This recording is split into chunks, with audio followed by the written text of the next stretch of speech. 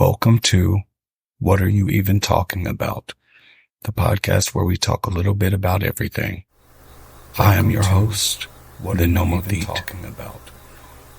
Welcome to the show.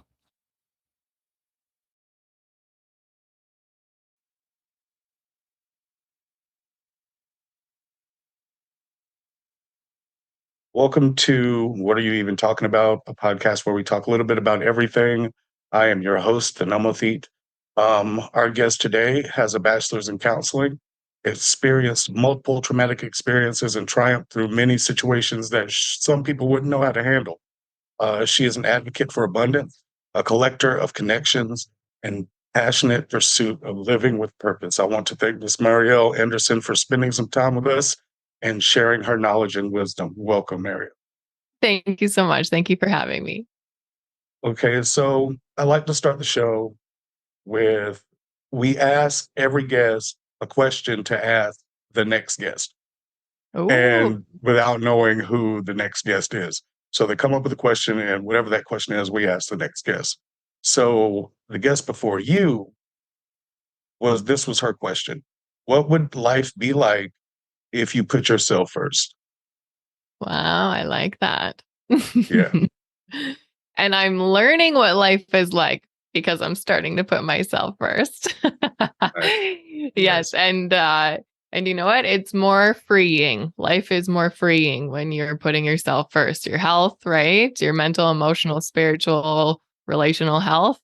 And then you build confidence in yourself. And when you walk in confidence, life is just, you know what? It doesn't necessarily get easier, but you're able to maneuver the curveballs a lot better. That's for sure. That is true. That is true. I know I started doing that for myself this past year, and things have gotten so much better, even though I still have to deal with everyday things. Like stuff still bothers me, but I can handle it better and I can receive the messages that I get from everything far better. And it's just so much nicer in life. Like I just handle things so much better. And with being that way, life flows better. And that's what I think we all need to work towards is letting life flow the way it's supposed to. So tell us a little bit about yourself, your journey, and how you got to where you are now. For sure. Okay, so a little bit about myself. I grew up in a very Christian conservative home with parents who definitely loved me, but didn't understand how to balance their pursuit of their religion with their passion for their kids. And so there was a lot of maybe lessons that were things that maybe parents could have taught you if they were able to have those conversations, yet they weren't. And so I had to find out for myself. Right. And sexuality, intimacy, relationships, that sort of things was a very taboo topic in my house. And so for me, I found out a lot about that, everything about that through my own life experiences, through my own relationship experiences, and then ended up going to university and getting my counseling degree. And I really I love it when people are able to have a healthy relationship with themselves and with each other. And so now I do everything I can to help foster that and help guide people on their journey to self-realization and having that healthy relationship with themselves and also their partners. And then I also have a nonprofit that raises money for mental health here in Canada. So yeah. Awesome. Yeah. Awesome. I know what it's like to grow up in a very strict Christian home. We were Southern Pentecostal, and I don't know if you know anything about that, but it's like very strict to the point of women don't wear pants. You don't go anywhere but to church and school. Yeah. And like it was very strict growing up. And there were a lot of questions I had that couldn't be answered by them because they just weren't in the headspace to be able to handle a question like that without telling me I was going to go to hell or, like you were just a terrible person for asking. Like, and Mhm. they tried their best and they did their best, but they just weren't the people that could help with those things because of their religion. And that's a shame, but you have to learn things on your own. And a lot of people are like that nowadays, sadly. Um, it was always, well, when I first sought you out, I was in having relationship troubles. Mhm. And, that was about a year ago. And I just want to say thank you because you helped me so much. And it opened up my eyes to a lot of things that I didn't see at the time. But talking to you helped me realize my relationship was toxic Mhm. and it just wasn't good for me. And so I hope people reach out to you because you are a wonderful person and you helped so much. Um, so, our next question: what do you think are some ways we can effectively create better mental health for ourselves? Ooh, I like that one. I think a really important practice to get into that's definitely helped me is a pause. It's so Okay. simple, right? But Yeah. when we are in moments where maybe we're having some strong, hard emotions, right? It's good to be able to pause. Pause in that moment. Don't try and put that under the rug or don't try and like express it in that exact moment. Be able to pause yourself and, okay, why am I having this reaction? Why am I having these emotions? It's okay to have these emotions. What do I need in this moment? Right. So when we're able to pause with ourselves and ask ourselves these questions, that's a little step in the right direction of being able to emotionally regulate and to then respond rather than react. Right. So that's Yeah. one way to use the pause and kind of like the inside work. But then also the pause is good for living an attitude of gratitude, right? Pause in that moment and look around you. What is good? The mountains, they're beautiful, or the way the branches of the trees are moving in the wind, or there's little moments that we miss every day because we're so busy hustling, right? All of us are so busy. We're parents or we got the jobs and the bills and the responsibilities and all those things. But when we're able to pause and remember to look up and look around us, we're able to, see those moments that are really beautiful in life every day. And that is also a really important thing for mental health. I think pausing would help me out so much because I'm a reactor.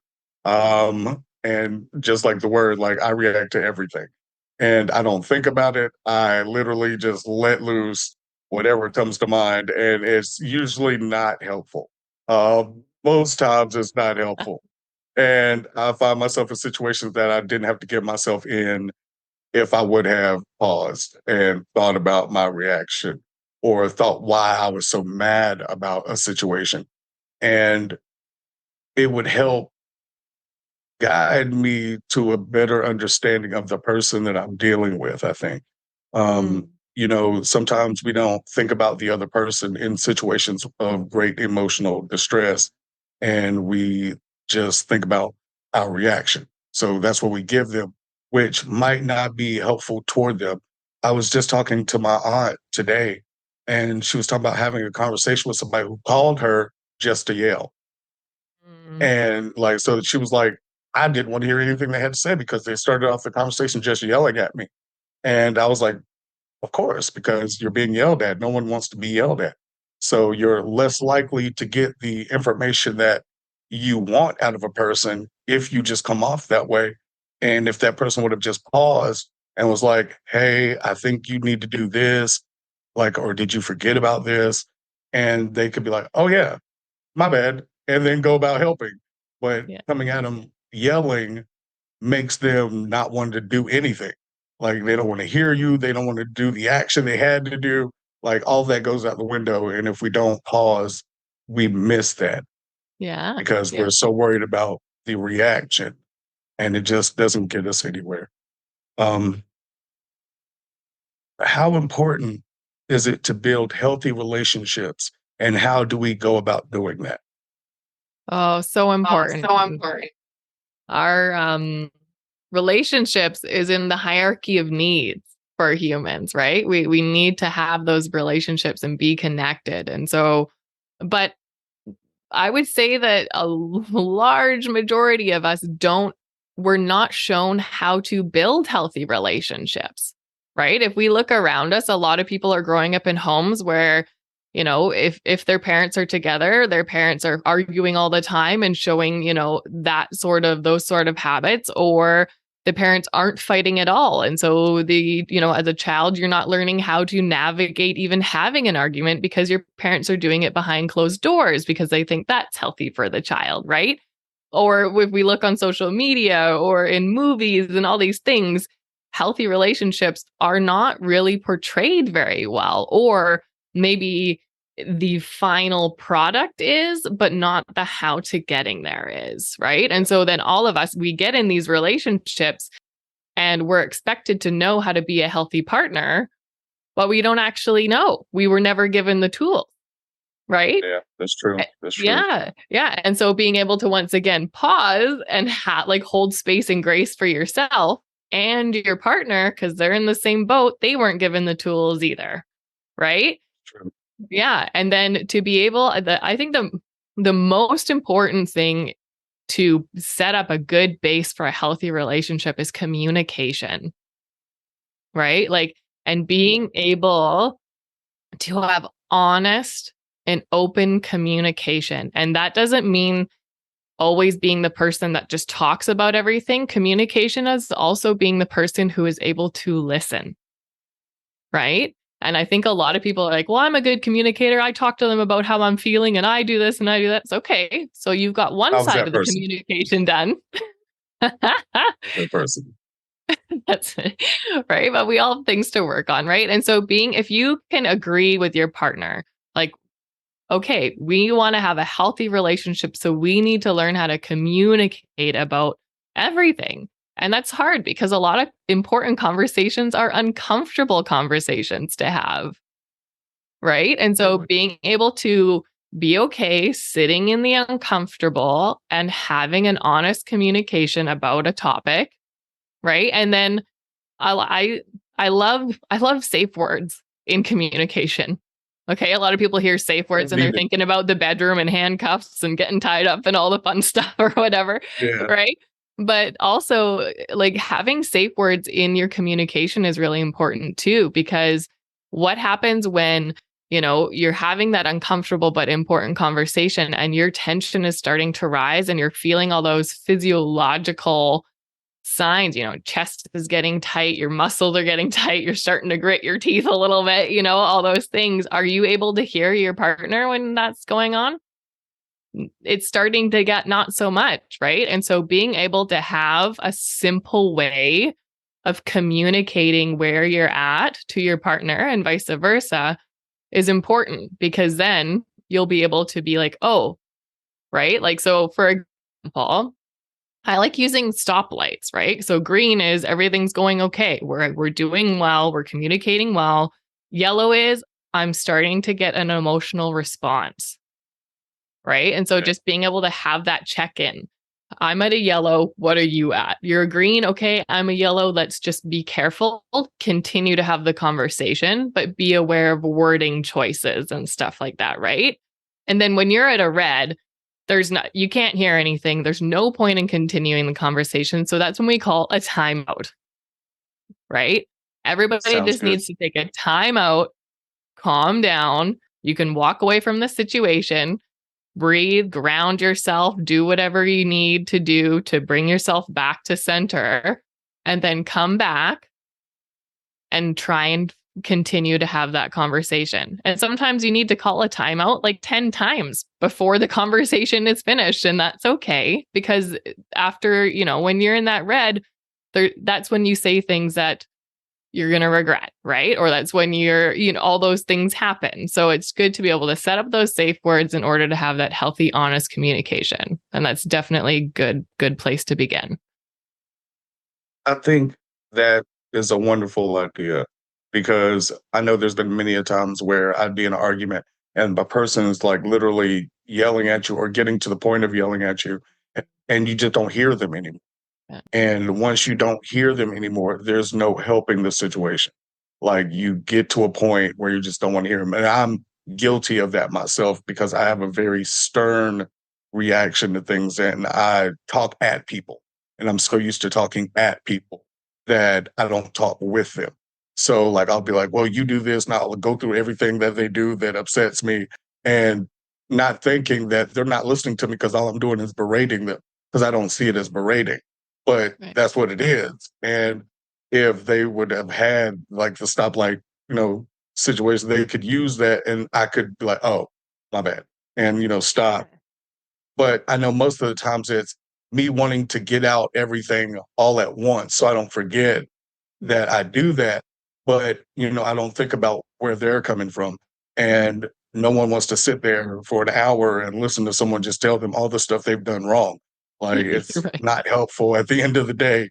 Um, and I know a lot of people have that issue when having a problem. And that would Yeah. be so much more helpful than what we usually do in those situations, which is let our emotions take control, and we just don't have the capacity to fix the situation. And at the end of the day, that's what we want is a better resolution to the situation. And we all need to think about that and learn mechanisms that will help us get it out, but not reprimand the person because most of the times you're not talking to a child, you're talking to another adult. And you have to realize that in order for you to get them to do the things you might want them to do, you have to be able to communicate and you have to be able to get everybody's side for the situation. Um, I know you've helped a lot of men better their relationships with their significant others. What are some of the most common issues men have when it comes to our relationships with our partners, and how can we fix them? Hmm. That's a good question. You know what? I think that one of the common issues that arises with men is that they don't feel seen and heard and they don't feel desired anymore in their relationship. Right? Like they're you get into this space of comfortability with your partner and then all of a sudden everything is a habit. The relationship becomes a habit, right? And there's expectations and there's you think you know your partner and like all of these things kind of come into play and it's just like they become a roommate and eh, nobody wants that, male or female, right? Like it's a part of our like setup that we want to be desired.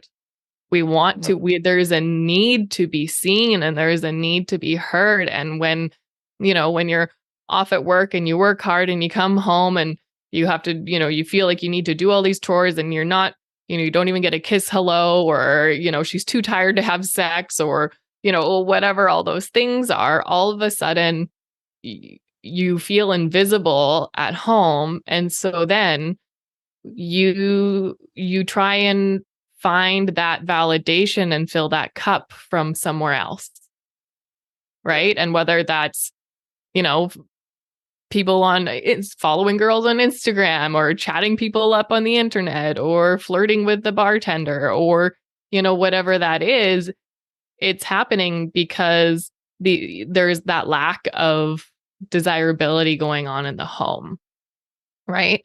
And women are notorious for kind of placing blame on men for going outside of relationship bounds to feel desired. And I think that women, I know you said, what can men do to get better? I will get to that. But I think that what women can do to support their men is to really hone in on what their love language is. Both partners, really, right? Like, what is your partner's love language? What is going to help them feel desired, loved, attractive? What is it? Touch. So every time they walk by, you just give them a little graze or, whatever that is, right? And so when we are able to know what our partner's love languages are, we're able to build on that and in little places here and there, insert that so that cup is continually not getting empty, right? And I think that what men can do to help their partners kind of understand that is kind of goes back to the communication, right? It goes back to, hey, these are some needs of mine. This is really important to me. Just so you know, and not expecting your partner to know what your needs are. And then there was another thing I was going to say. What was it? Dang it. Oh, also is that you're a mirror. So if you are feeling like you're not desired and you're not seen and you're not heard, if you start making sure that you are doing what you can to see your partner, to hear your partner, to support them and make them feel desired, it is going to be an automatic reaction and response that they will turn around and they will start doing the same thing to you. And it's a little bit of like a weird thing to almost think about, that I need it and so I need to give it. But when somebody is operating from like a cup that is more full, a place of more confidence and that, they are more likely going to do that without even needing to be asked, because they feel like that. And so they want you to feel like that. Does that make sense? Yeah, I think that was the biggest problem in my relationship, my last relationship, was I didn't feel heard, I didn't feel seen, and the more I tried to tell the person about it, the less they wanted to do it, and I think I went about it wrong, and it really messed up our relationship, and it was a good relationship in the beginning, but, like, over time, there was just a lot going on, and I could have done more to see her. Mm. Um, like we had baby, she was working, I was at home starting the business. Like there was a lot going on and it was a lot of pressure. And I think because I was in such a headspace and she was in such a headspace, we couldn't actually fix the problem that we were having because nobody was listening to each other. Like nobody was actually hearing what the other person was saying or trying to do those things to fix it, and the ways we were trying to fix it weren't actually helpful or conducive to the situations. Like we literally just would fight and fight and fight, or always felt like somebody was attacking when I wasn't attacking. I was just trying to explain my side of things. And in doing so, it would come off as I'm just berating. And, me not thinking about it, I was like, I didn't understand how she could take it as berating. And I was like, I'm just trying to let you know because if you don't know, you won't fix it. And, it came off as me literally just always telling her about something wrong she was doing. And that goes back to what I was saying earlier. Like, you can't just sit there and just tell a person everything they do wrong. Like, you literally have to think about what if you were in that situation? And I always tried to bring that up to her as well. It's like, well, put yourself in my place. What would you do in that situation? And usually she would think about it. And then that's where she would realize, I wouldn't take that. So why do I expect him to? Yeah. But it still got to a point of toxicity. And so we had to break up. But that would help a lot, I think, with relationships. And men have it hard too. And I don't think people really think about that. Like a lot of people think a man's supposed to be a certain thing. Like, and that can be too macho or too emotional. And women don't want a man who's too emotional. They don't want a man who's overconfident. Like it's this game we have to play as men that we have to come in like a middle ground of that. Because if we come off too emotional, we're too soft and no woman wants that. And if we come off as overconfident, then we're arrogant assholes. Like nobody wants that. So like we're always playing, trying to be in the middle somewhere and not come off as a creep or not come off as a sexual predator. Like these are things that people nowadays have to think about when engaging with men of anywhere. Yeah. Like it's very hard to be a man nowadays because people have such expectations for us and it makes our like self-esteem just go down. Like it's so much pressure to be a man nowadays that we are having issues in our relationships. We're having issues at jobs. We're having issues with our own mental health. And it's just very hard to be a man nowadays. And I don't think people give that enough thought because we're always worried about everybody else. But if you're a man, like, no, who worries about you? Yeah. And a lot of people don't have anybody worrying about them because they figure they're a man, they know what to do. And that's not the case. Like, we need just as much help and we're just as fractured as everybody else. And we need more advocates for men out there. And I think what you do is amazing because you advocate for men as a Mhm. woman.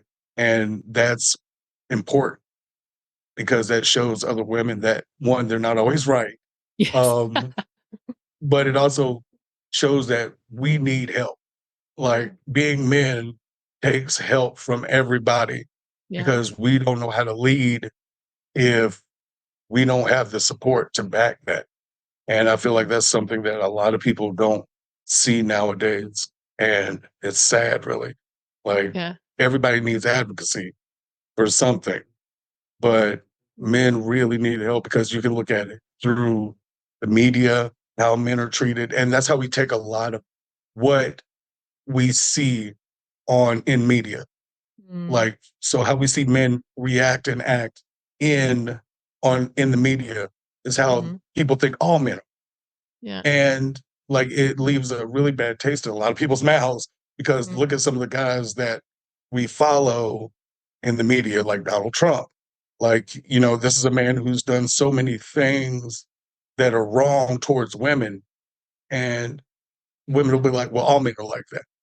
Yeah. And it makes it hard because it only takes one guy Yeah. to mess it up for everybody. Yeah. And then everyone's looking at you a certain way, and you're like, I'm nothing like him, but Yeah. you're a man. It's like, but that's where it ends. That's where the similarities end. And Yes. people just don't see it. And it's just, it makes it hard. It makes it really hard to be a 100%. man nowadays. Yeah. Oh, Yeah. You know what? Like men's mental health, like 75% of suicides are men.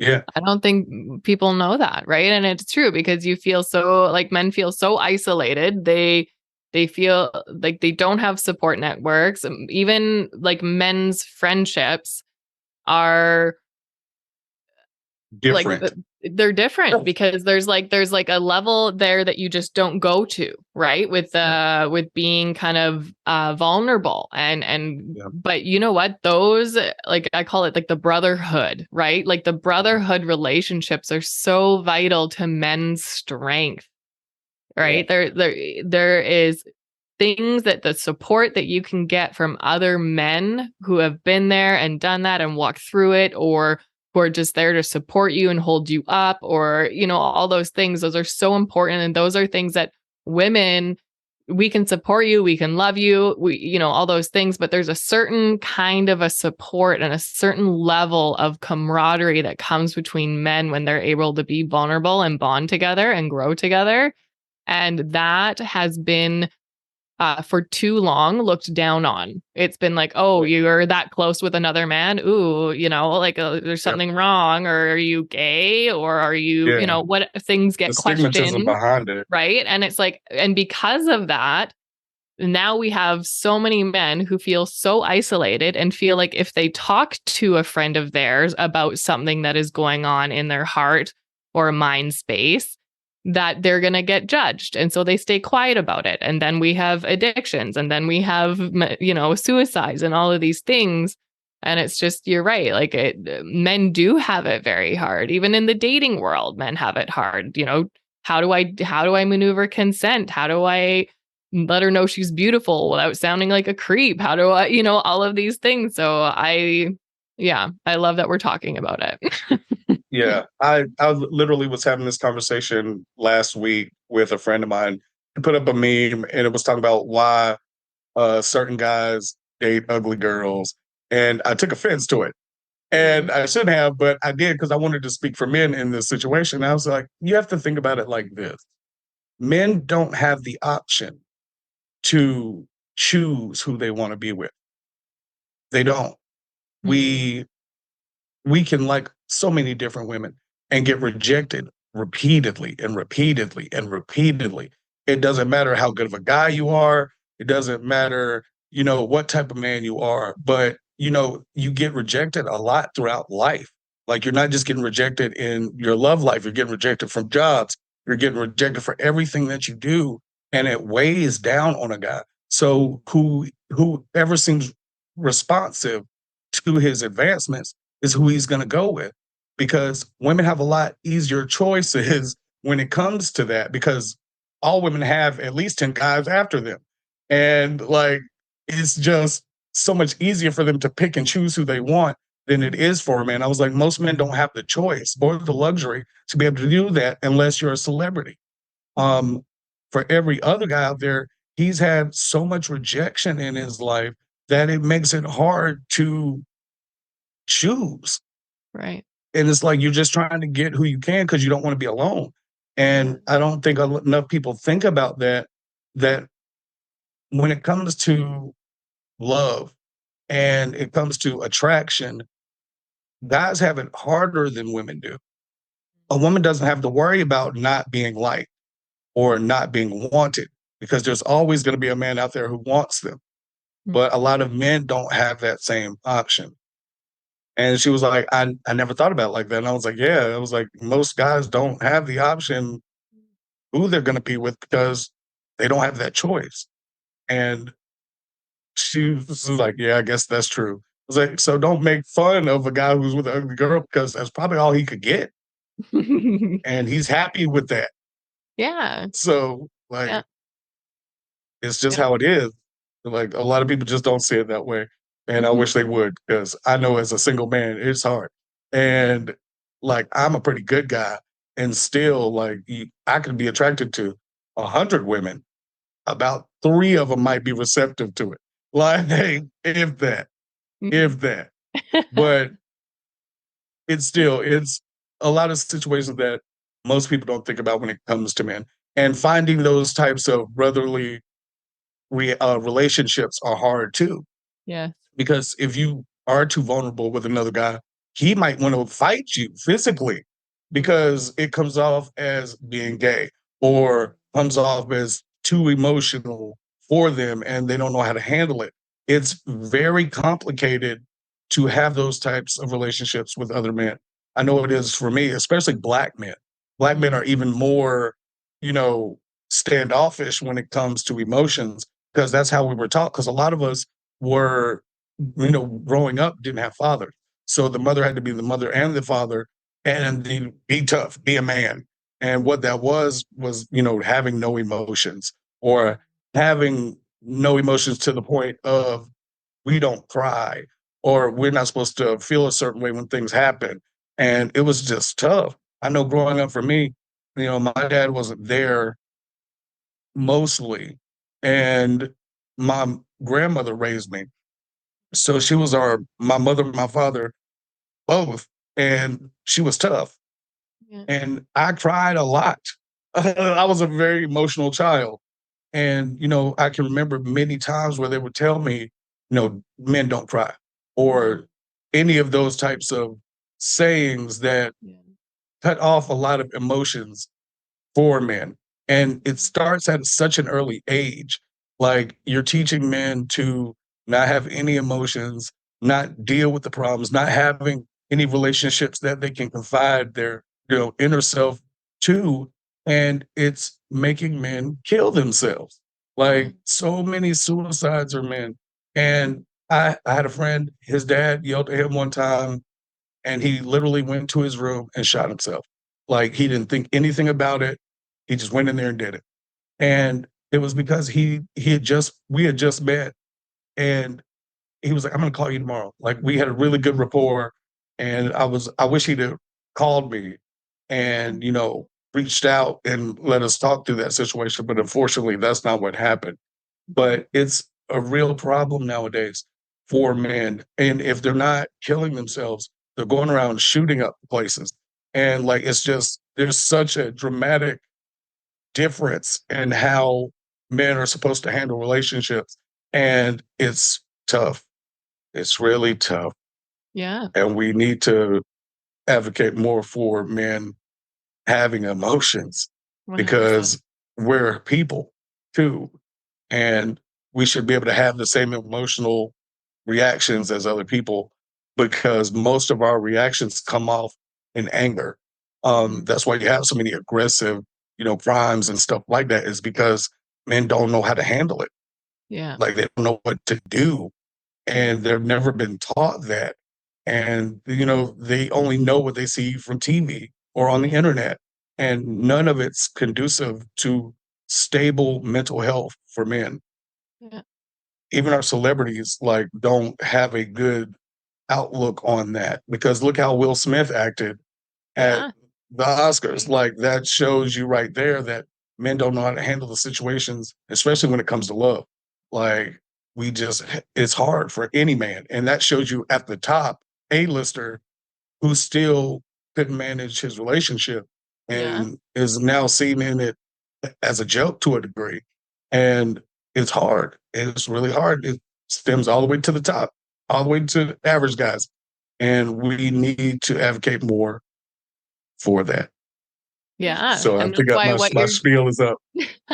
No, but that's why it's so important for conversations like this to happen and what you're doing to happen, right? You Yes. are, and you're a man, and you're stating that you are acknowledging this and that it has to stop somewhere. And right. And so you're doing what is it within your power and your control to create a change and to create that to become a different story. Right. Yeah. That's Yeah. what I try to teach my son too. Like, Good. cause I have a son and he's my world. I have a daughter too, and she's my world too. But I want it's important for me to teach him Yeah. he has emotions Yeah. and to show those emotions because I know what it was like growing up not being able to have them and Yeah. being such an emotional child. It was tough. And I'd rather him come to me crying about something so I can console him and tell him things are going to be okay. And even if they're not, it'll get better than him holding that in and then getting angry over time and just that anger manifesting into something else or him doing random odd things that he would have never done if he was able to get those emotions out. And that's the other issue with not being able to have emotions as a man is it comes out in odd ways when when you're not able to have your regular emotions. Like that's when weird things start happening. That's when dudes start doing very odd things and stuff that the public wouldn't be okay with. Yeah. And it's all because they can't release their emotions. Yeah. A lot of that stuff could be stopped if they were allowed to have emotions at a younger age and Yeah. stop telling children that they can't have emotions or they can't be a certain way because it affects them and it in turn affects the adult population. And 100%. these are the people who run the world. Yeah. Yeah. The kids So are the future. if you can't connect with your emotions, how are you running a country or how are you running a city? Like there's so many different situations, and that's why so many politicians get caught up in scandals and stuff like that. Is because at no point in their childhood that we were allowed to be humans, Mm. Yeah. and that makes it tough to trust them when it's time for them to lead. Yeah. And we all get to the point where, because I know when I was young, I was like, I want to be an adult. I want to be able to do whatever I want. And come to find out, that is not the case. Like you have so much to do as an adult. It's like you don't get to do what you want. And sadly, that needs to change as well. Like people are so much happier when they can do the things they really want to do. And I'm so blessed to be able to do this now because this is what I want to do. But it took a lot of hard work and effort to get here. And it's just if we nurture our emotions, we can do anything. And I really feel that we can do far better if we were in touch with our emotions as a society. And it's got to get better. And it has started to get better with this generation. Like, we are a lot more open to fixing ourselves and not just being like, this is the way things are and sticking with that. We are more like, no, let's have an open communication about what's wrong and finding out the why we do things instead of just dealing with them and letting them happen. Um, as a child, I had some situations with some adults that were not okay. And I don't feel like those adults would have done it if they were able to get in touch with their emotions. Yeah. Like, I think a lot of it just messed with their heads to the point because they couldn't manage what they were feeling. And they took it out on me in ways they shouldn't have. And I feel like if the case would have been, they could have actually handled their emotions, it wouldn't have happened. Okay. So anyway, besides that, next question. In your advocacy work, what communication strategies or tools do you find most effective in helping men express their emotions and needs within a relationship? Ooh, can you repeat that one more time just so I make sure I Yeah. get it? Okay. In your advocacy work, what communication strategies or tools do you find most effective in helping men express their emotions and needs within a relationship? Hmm. Okay.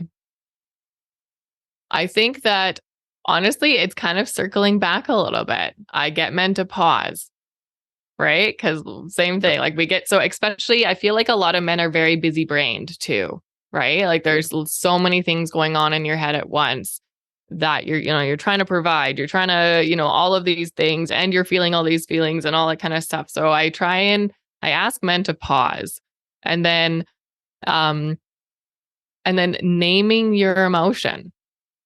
Like, do we actually know what that emotion is? Okay, there is anger, but what is behind anger? A lot of times it's fear.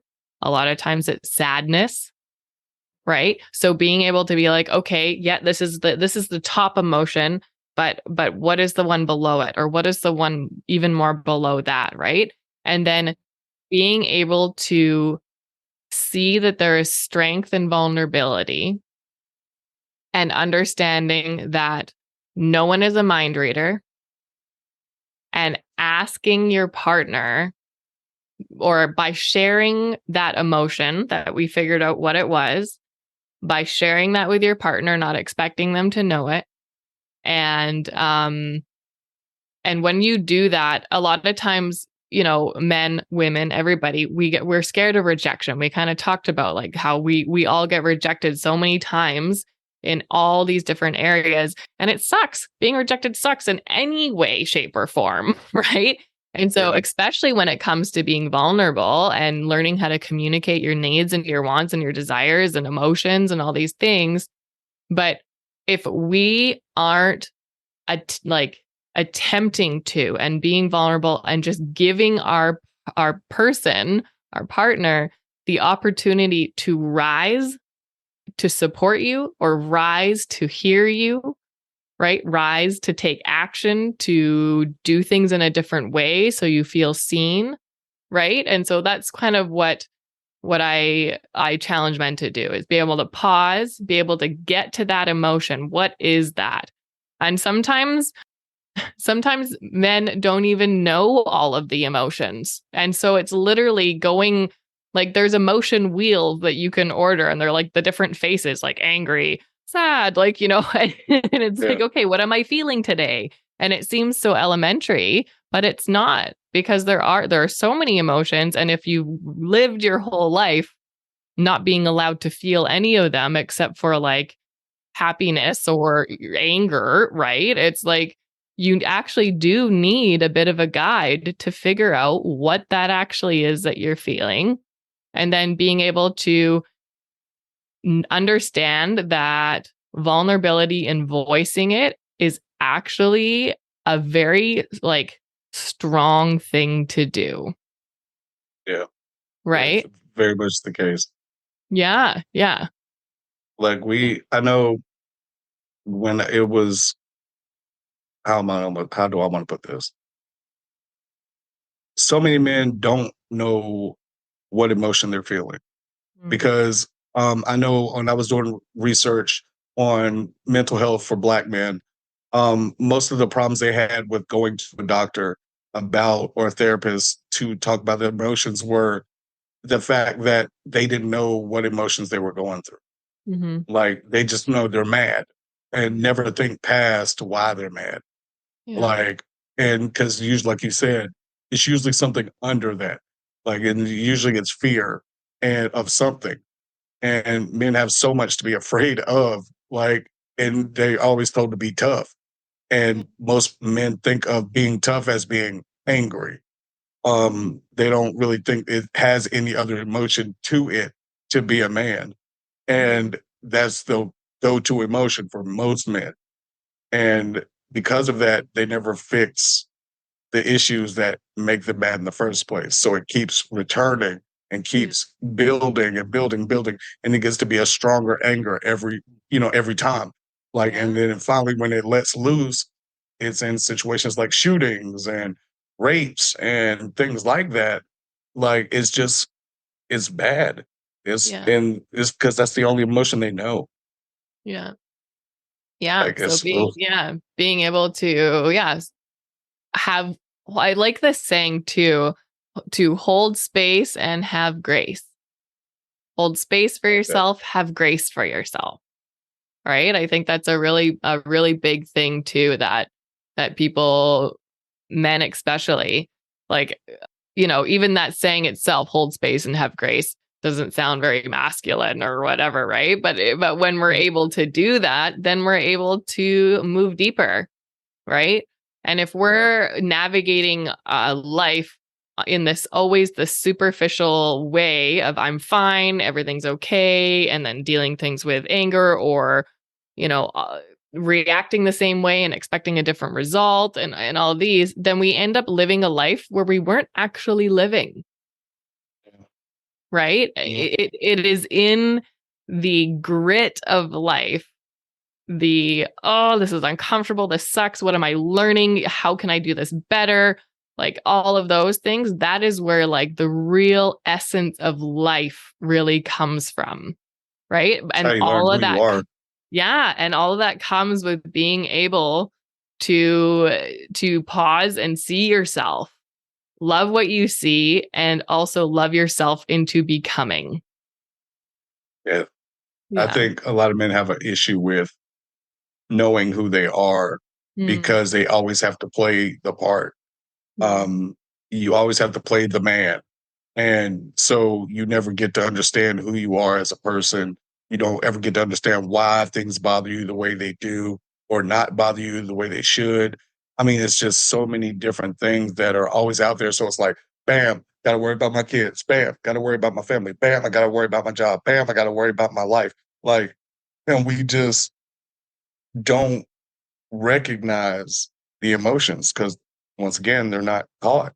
Like I mean, we watch Disney most of our lives, and with the way Disney shows things, like you just never get a clear picture on how to actually be the prince in the story. Like they just tell you to be the prince. They don't show you how to be a prince. Like they don't show any of the male emotions usually. Like I think only a few like Lion King ever went through the process of being like a man or growing up as a boy into a man. And they're just not in the stories. And because that's our media, no one ever gets taught those things. Yeah. Like we need to spend more time with, and most boy cartoons and stuff like that. I'm a big cartoon fan. This is why I'm talking about this. I like cartoons too. In most cartoons, but in most cartoons, like they don't show a boy growing up. They're always about something action filled, some type of battle, and it's always warlike or things like that. And it just doesn't help the situation. I'm having Yeah. issues. My computer's not plugged in, I don't think. Yeah, no, it's true. You know what? It's all of the a lot of our what we intake as we grow up is are things that are not realistic, or they're providing this perception that is just it's unattainable. Yeah. Yeah. And we're worried about so much in like trying to attain those things. Like Yeah. it's just we don't realize that they're not going to be things we can actually get because that's what we've always seen. Like Yeah. it's just because we've seen it so much, we feel it's a part of real life when it's not. Yeah. And it's, life is all about a constant, doing better. You do a little bit better every time. And you go as far as you can with it.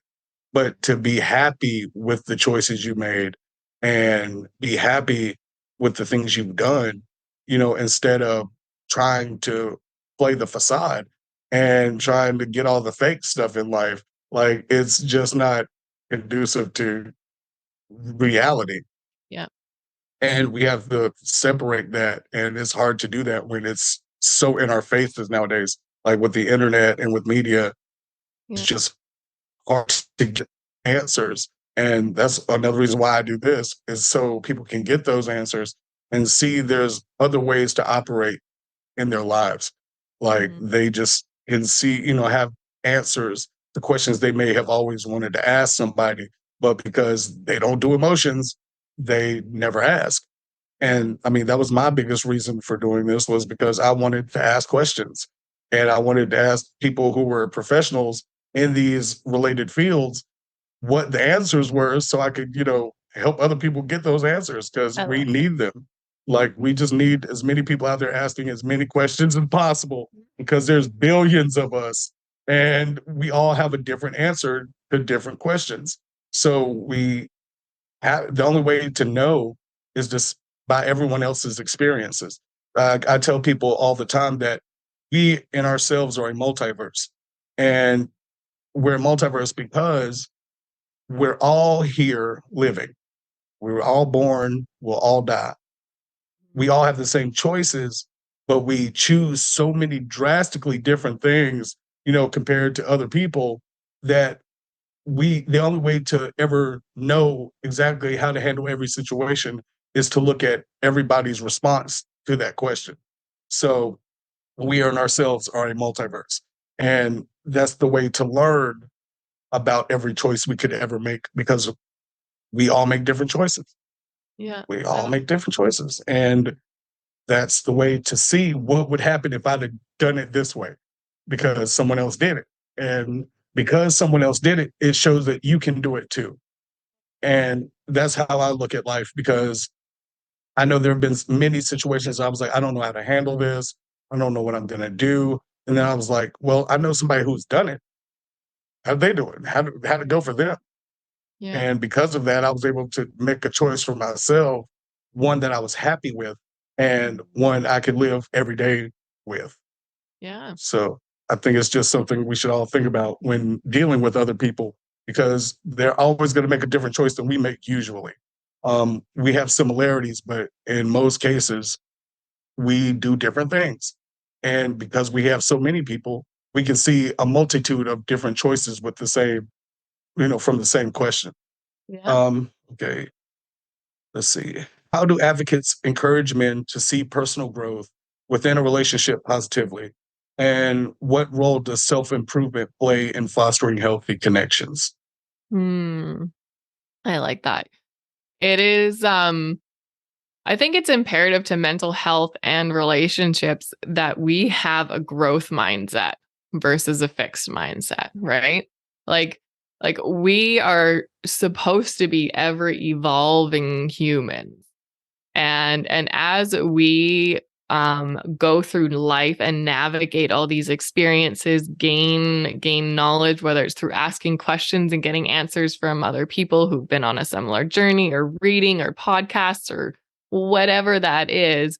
With all of that information, we are given the opportunity to do things in a different way that will lead to a different outcome, right? And and that is also always that means that you're never the same person. Like I am not who I was yesterday because yesterday I learned something.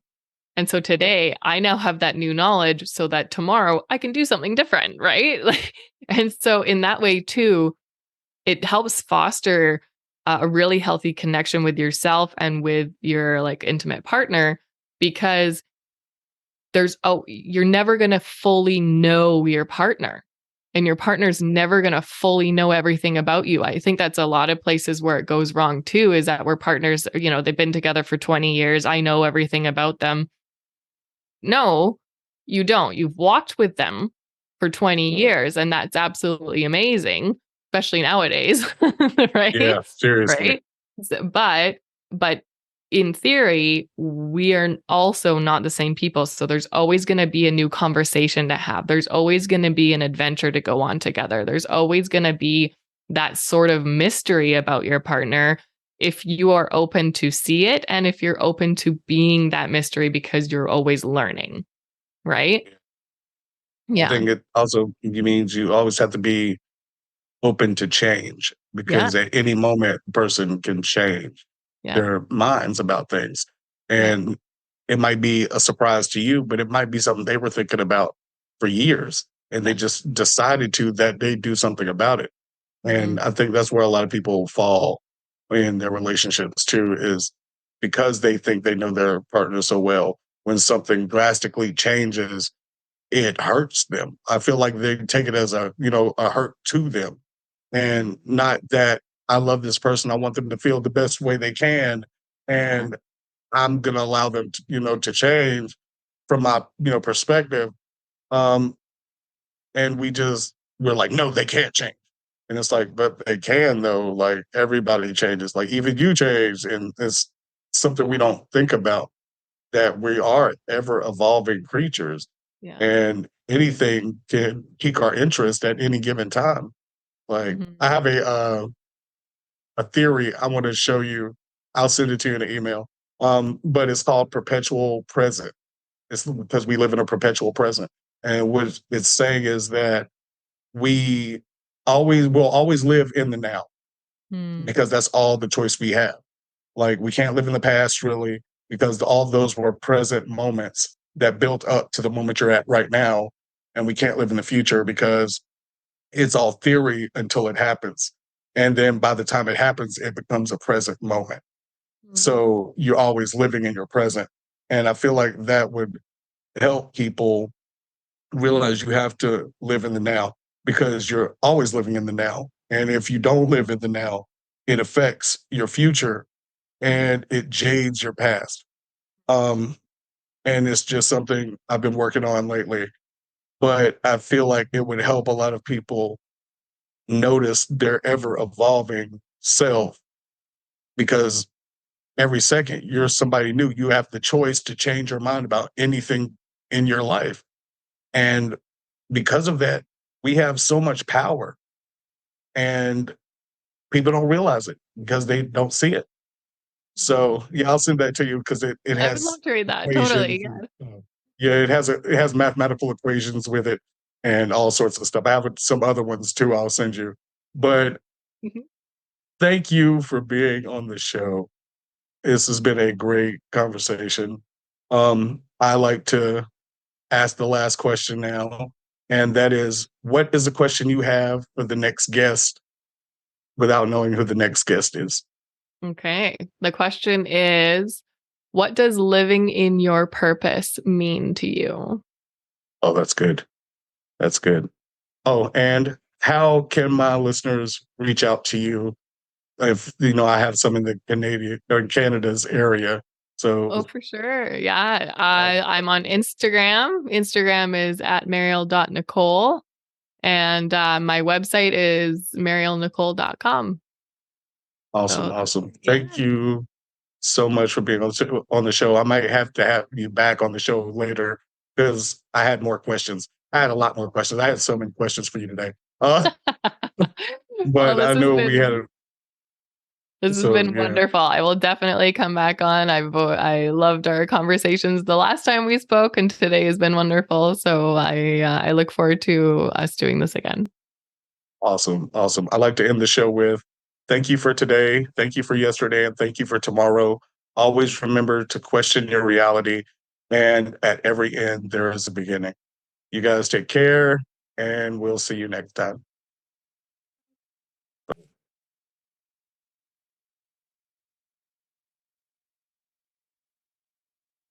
Okay. Listen, listen. And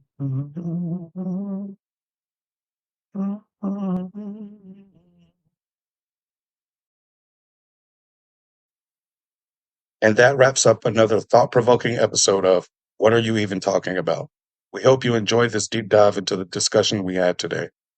Before we go, we want to extend a huge thank you to our amazing guest.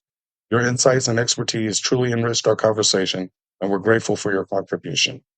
And of course, a massive thank you to you, our incredible audience. Your engagement, questions, and feedback make this podcast what it is. As we wrap up, let's take a moment to reflect. Thank you for today. Thank you for yesterday. Thank you for tomorrow. Always remember to question your reality, and at every end, there is a beginning. We love the journey we're on with each and every one of you. Keep those questions coming, keep challenging the status quo, and keep exploring the uncharted territories of your mind. We can't wait to dive into another riveting conversation in our next episode. Until then, take care, stay curious, and keep asking, what are you even talking about? Don't forget to subscribe, share, like, and connect with us on social media. We'll catch you in the next one. You guys take care.